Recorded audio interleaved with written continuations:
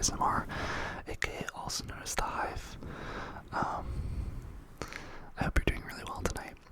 I sadly am getting a really bad sore throat. I hope I'm not getting sick, but I did do kind of like a crazy weekend, which I think I'll do another ramble about. I went to this like crazy party and stuff. Crazy. But today's video, I thought it would be fun if we kind of read a book. It's actually a screenwriting book, or, well, it's more of actually just a book on writing. And it's 4 novels, mostly. They kind of talk about the author in that sense, but I'm a screenwriter. If you're new to this channel, I write movies for fun and also hopefully for a profession. Yeah, so I just thought we'd give this a go. I actually have not finished this book. I got this book. Okay, I'll give you a little story time on how I got this book and then I'll start reading it. I used to work at a coffee shop in Brooklyn. And one Saturday, this writer came in and I was at the cash register and she was telling me how she's a writer and an author, and I asked her, hey, what's your favorite book? Your favorite book? Your favorite book? Your favorite book? Your favorite book? Your favorite book? Your favorite writing book? And she said this. So I wrote it down and I bought it and I read half of it. I don't know why. Sometimes I think, if you feel this too, sometimes we like lose motivation to finish a book. I think it's totally okay not to finish books. But this has been on my shelf and I thought it'd be fun to kind of reread because I remember it had useful things. So let's start. So it says right here, it says The Writer's Guide to Using Brain Science to Hook Readers from the Very First Sentence. Wired for Story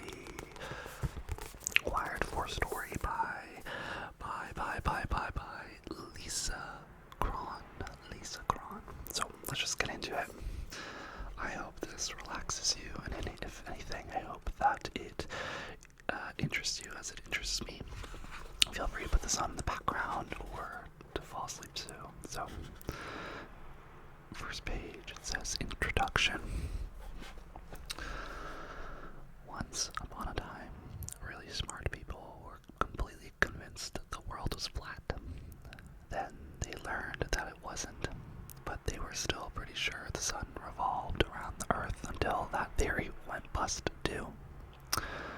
For an even longer period of time, smart people have believed story is just a form of entertainment.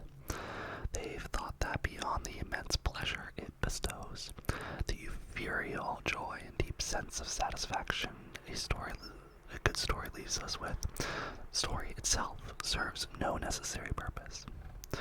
Sure, our lives from time immemorial would have been far drabber without it, but we'd have survived just fine. Wrong again. Story, as it turns out, was crucial to our evolution, more so than opposable thumbs. Opposable thumbs let us hang on. Story told us what to hang on to. Story is what enabled us to imagine what might happen in the future, and so prepare for it, a feat no other species can lay claim to, opposable thumbs or not. Story is what makes us human, not just metaphorically, but literally. Recent breakthroughs in neuroscience reveal that our brain is hardwired to respond to story. The pleasure we derive from a tale well told is nature's way of seducing us into paying attention to it.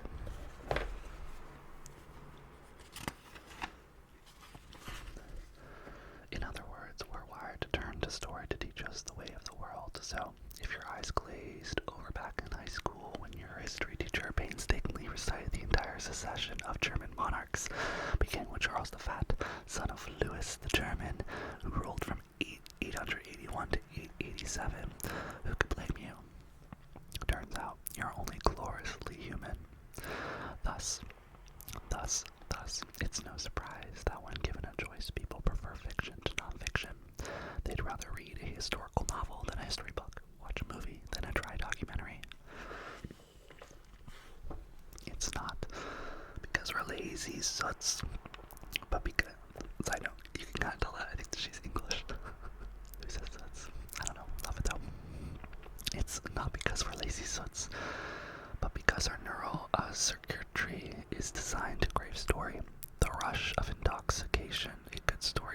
stories doesn't make us closet hedonists. It makes us willing peoples, primed to absorb the myriad lessons each story imparts. This information is a game changer for writers. Research has helped decode the secret blueprint for a story that's hardwired in the reader's brain, thereby lifting the veil on what, specifically, the brain is hungry for in every story it encounters. Even more exciting, it turns out that a powerful story can have a hand in rewiring the reader's brain, helping instill empathy, for instance, which is why writers are, and have always been, among the most powerful people in the world. Writers can change the way people think simply by giving them a glimpse of life through their characters' eyes. They can transport readers to places they've never been, catapult them into situations they've only dreamed of, and reveal subtle truths, universal truths that just might alter their entire perception of reality. In ways large and small, writers help people make it through that night, and that's not too shabby. But there's a catch. For a story to captivate a reader, it must continually meet his or her hardwired expectations. That's so true, oh my god. This is no doubt what prompted George Louis Bergs to note, art is fire plus algebra. Let me explain. Fire is absolutely crucial to writing. It's the very first ingredient of every story. Passion is what drives us to write, filling us with the exhilarating sense that we have something to say, something that will make a difference. But to write a story capable of instantly engaging readers, passion alone isn't enough. Writers oftenly mistakenly believe that all they need to craft a successful story is the fire, the burning desire, the creative spark, the killer idea that startles you awake in the middle of the night. They dive into their story with gusto, not realizing that every word they write is most likely doomed to failure because they forgot the factor in the second half of the equation, the algebra. In this, Borges intuitively knew what cognitive psychology and neuroscience has since revealed that there is an implicit framework that must underlie a story in order for that passion, that fire, to ignite to the reader's brain. Stories without it go unread. Stories with it are capable of knocking the socks off someone who's barefoot. Ooh, that's good imagery. Why do writers often have trouble embracing the notion that there is more to creating a story than having a good idea and a way with words? It's because the ease with which we surrender to the stories we read tend to cloud our understanding of the stories we write. We have an innate belief that we know what makes a good story, and after all, we can quickly recognize a bad one. When we do, we scoff and slip the book back onto the shelf. We roll our eyes and walk out of the movie theater. We take a deep breath and pray for Uncle Albert to stop nattering on about a Civil War reenactment. We won't put up with a bad story for 3 seconds. We recognize a good story just as quickly.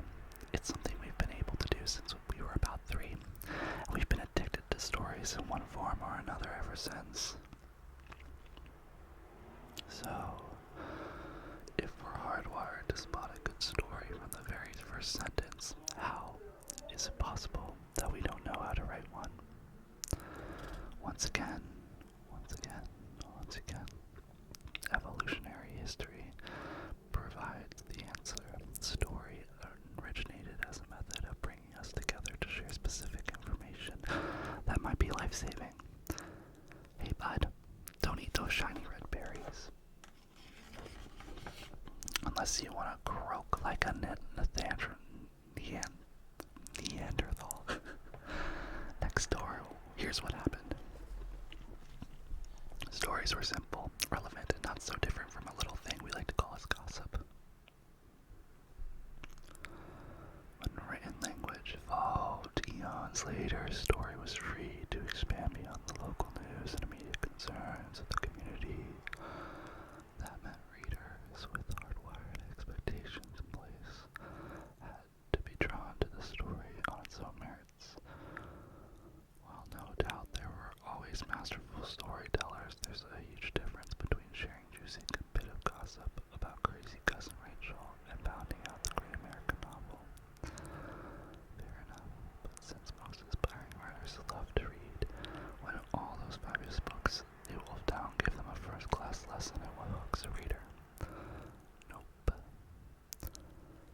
evolution dictates that the first job of any good story is to completely anesthetize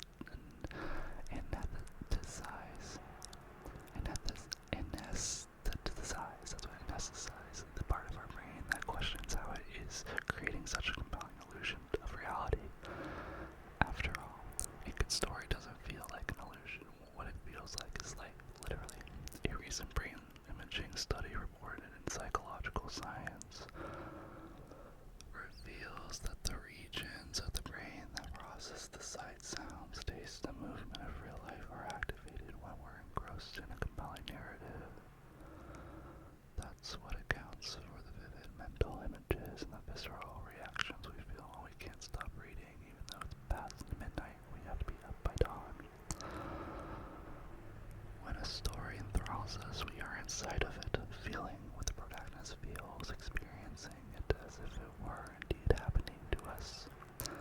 And the last thing we're focusing on is the mechanics of it.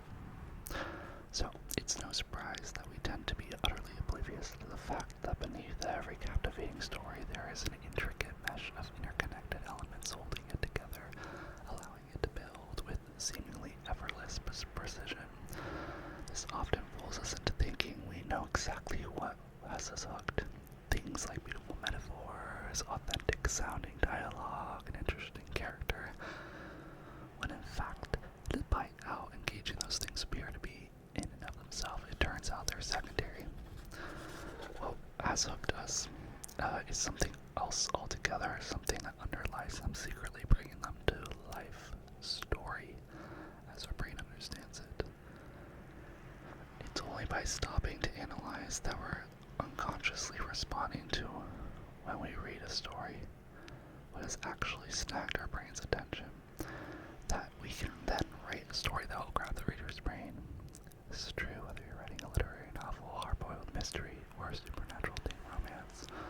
Although readers have their own personal taste when it comes to the type of novel they're drawn to, unless that story meets their hardwired expectation, it stays on the shelf. To make sure that doesn't happen to your story, this book is organized into 12 chapters, each zeroing in on an aspect of how the brain works, its corresponding revelation about story, and the nuts and bolts of how to actualize it in your work.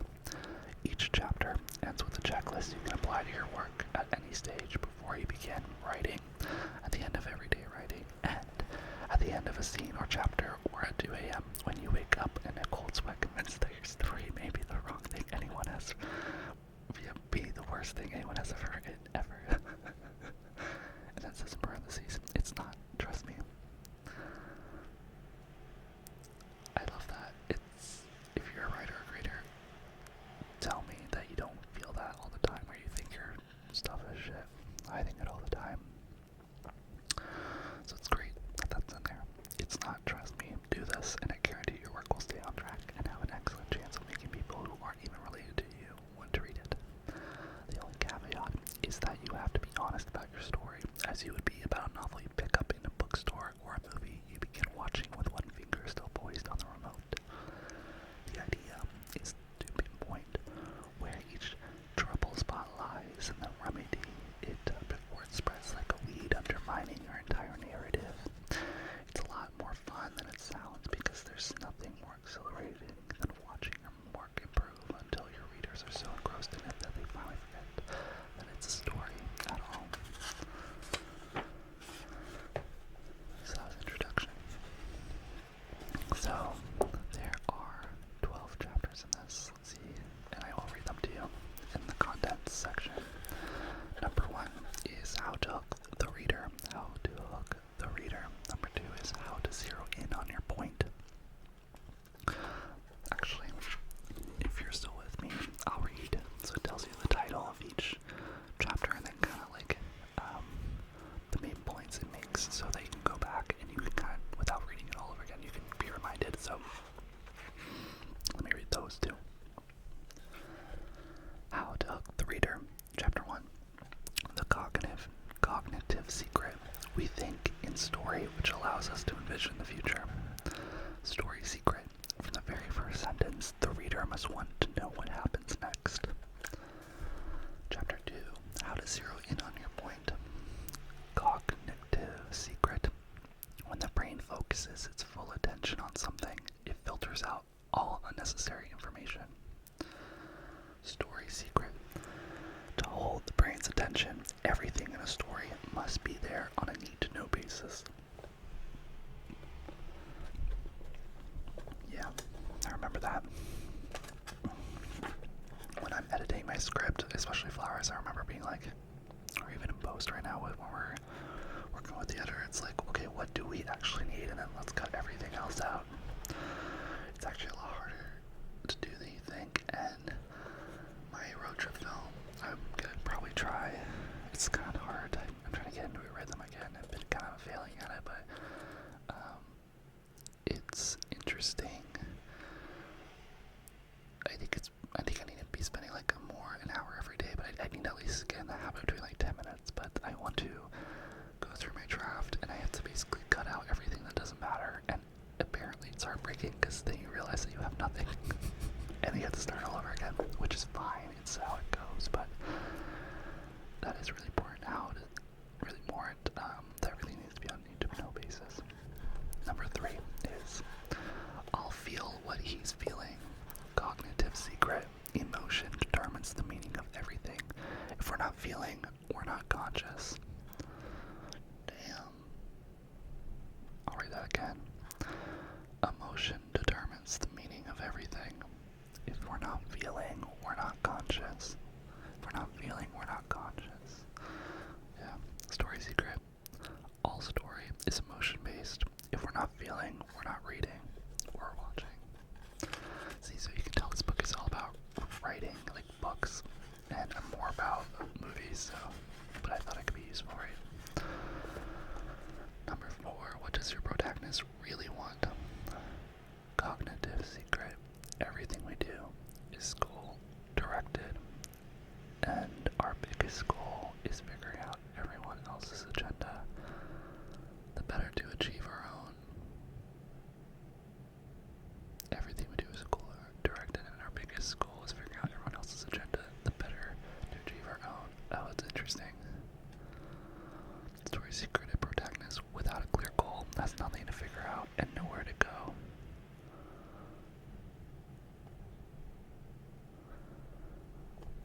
Interesting. I mean, it's true. Number 5. Digging up your protagonist's inner issue. Cognitive secret. We see the world not as it is, but as we believe it to be.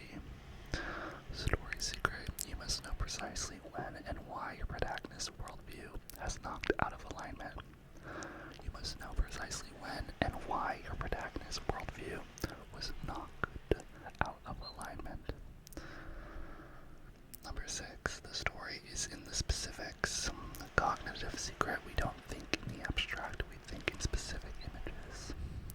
Story secret. Anything conceptual, abstract, or general must be made tangible in the protagonist's specific struggle. Ooh, I love that. Ooh, I love that. So that basically means that, you know, if someone's dealing with loss, or if the character's dealing with heartbreak, they need to be able to physically show that struggle in the form of an object or a metaphor, like something that we can see, you know. Love. And this is what I'm learning with Flowers too, my short film. I'm doing editing. But like love, everyone knows what it is. And you can be heartbroken, right? But we need to see what love is. It's kissing, holding, you know, like actually see it so that we can attach meaning to it. Very, very smart. Okay, number 7, courting conflict, the agent of change. Yep. Cognitive secret, the brain is wired to stubbornly resist change, even good change. Story secret, stories about change, which results only from unavoidable conflict. This book is so good, damn. Maybe I should just, like, I probably never got to that chapter, but I remember this book being great. I just remember that there's a lot of stuff that I found maybe not contingent with screenwriting, and that's why I stopped. But reading this content makes me excited again for this book. Okay, number 8, cause and effect. secret from birth. Our brain's primary goal is to make casual connections. If this, then that. If this, then that. Story secret. A story follows a cause and effect trajectory from start to finish. Oh, this book knows what it's talking about. Number 9, what can go wrong must go wrong, and then some. Sorry, I know you might be sleeping. Oh my god, this book is so fucking on point. It's so true. I was thinking the other day, I was like, how do they always, convey the message? Like, if someone's doing a bad thing, like in a film, like if someone's, I don't want to be a PG, if someone is like stealing something, right? When you're watching, you're always expecting them to be reprimanded or something bad to happen, right? Even if you're rooting for them. But I always wondered why that was, and it's because of this. What can go wrong must go wrong, and then some. Cognitive secret. The brain uses stories to simulate how we might navigate difficult situations in the future. Story secret. A story's job is to put the protagonist through tests that even in her wildest dreams she doesn't think she can pass. Interesting. Yeah. Number 10, the road from setup to payoff. Cognitive secret. Listen to the brain. Abhors randomness. It's always converting raw data into meaningful patterns, the better to anticipate what might happen next. Story secret. Readers are always on the lookout for patterns. To your reader, everything is either a setup, a payoff, or the road in between. Okay, I like that, but the road in between is so vague. There's irony in this, right? Because they're talking about how everything needs to be specific. That doesn't make sense. The setup or payoff. This doesn't make sense because in the first one there, like everything needs to be specific, right? Maybe what they mean by or the road in between is. I don't like that. I think this is badly written. Maybe I should read that chapter and just see if, it might just sound contradictory, that's all. 11, meanwhile, back at the ranch. Cognitive secret. The brain summons past memories to evaluate what's happening in the moment in order to make sense of it. Story secret. Foreshadowing, flashbacks, and subplots must instantly give readers insight into what's happening in the main storyline, even if the meaning shifts as the story unfolds. Okay. Number 12, the writer's brain on story. Cognitive secret. It takes long-term conscious effort to hone a skill before the brain assigns it to the cognitive unconscious. Story secret. There's no writing, there's only rewriting. Y'all, what the fuck? What the absolute motherfucking fucks. I think I needed to read this. I was literally telling myself today that I was like, writing is literally not writing, it's rewriting, and rewriting fucking scares the shit out of me because that's where you get tested if you're good or not. I don't know. It's easier just to kind of like write everything out and you're like, it's bad, but then like making it good scares the shit out of me. That's hilarious. That's literally in this. There's no writing, there's only rewriting, which is true. So, I think that is all. I'm gonna read the back of this book and then I'll say goodnight to y'all, but I'll just read it down. So first are some quotes from Elizabeth Lyon, author, Manuscript Makeover. She said, "Wired for story, this book reveals that stories are not only a metaphor for human striving and survival, but that they are also the means by which the brain ensures that we survive." Lisa Cron translates the latest neuroscience into a master guidebook for how to write engaging, meaningful, and moving stories. By Murray Nossel. As a story consultant for business executives as well as artists, I'm always searching for ways to convey the skill set involved in constructing a story. Wired for Story presents basic principles of harnessing the natural power of the brain to recognize and create stories in a way that is inspiring and entirely helpful. these quotes say the same thing, but I appreciate it. David Eagleman, remember when Luke has to drop the bomb into the small vent on the Death Star? The story writer faces a similar challenge of penetrating the brain of the reader. This book is the blueprints. Okay, so there's the quotes. I am always curious about these quotes because I always feel like if I wrote a book, the people that would quote be on the back of my store would be like my best friends, and they'd be like, "Oh, this book's amazing," or it would be someone really notable, like if someone actually really liked it. I don't know any of these authors, but if you do, let me know in the comments. And then this is the synopsis on the back. Imagine knowing what the brain craves from every tale it encounters, what fuels the success of any great story, and what keeps readers transfixed. Wired for Story reveals these cognitive secrets, and it's a game changer for anyone who has ever set pen to paper. The vast majority of writing advice focuses on writing well, as if it were the same as telling a great story. This is exactly where any aspiring writers fail. They lose strive for beautiful metaphors, authentic dialogue, and interesting characters, losing sight of the one thing that every engaging story must do: ignite the brain's hardwired desire to learn what happens next. When writers tap into the evolutionary purpose of story and electrify our curiosity, it triggers a delicious dopamine rush that tells us to pay attention. Without it, even the most perfect prose won't hold anyone's interest. Backed by recent breakthroughs in neuroscience, as well as examples from novels, screenplays, and short stories, Wired for Story offers a revolutionary look at the story as the brain experiences it.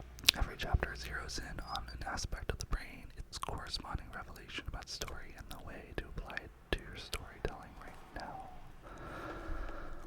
Lisa Cron is an instructor at the UCLA Extension Writers Program. She has worked in publishing at W.W. Norton as an agent at the Angelia Rinaldi Literary Agency, as a producer on the shows for Showtime and Court TV, and as a story consultant for Warner Brothers and Village Roadshow. She lives in Santa Monica, California. Guys, I probably live literally like 5-10 minutes away from her.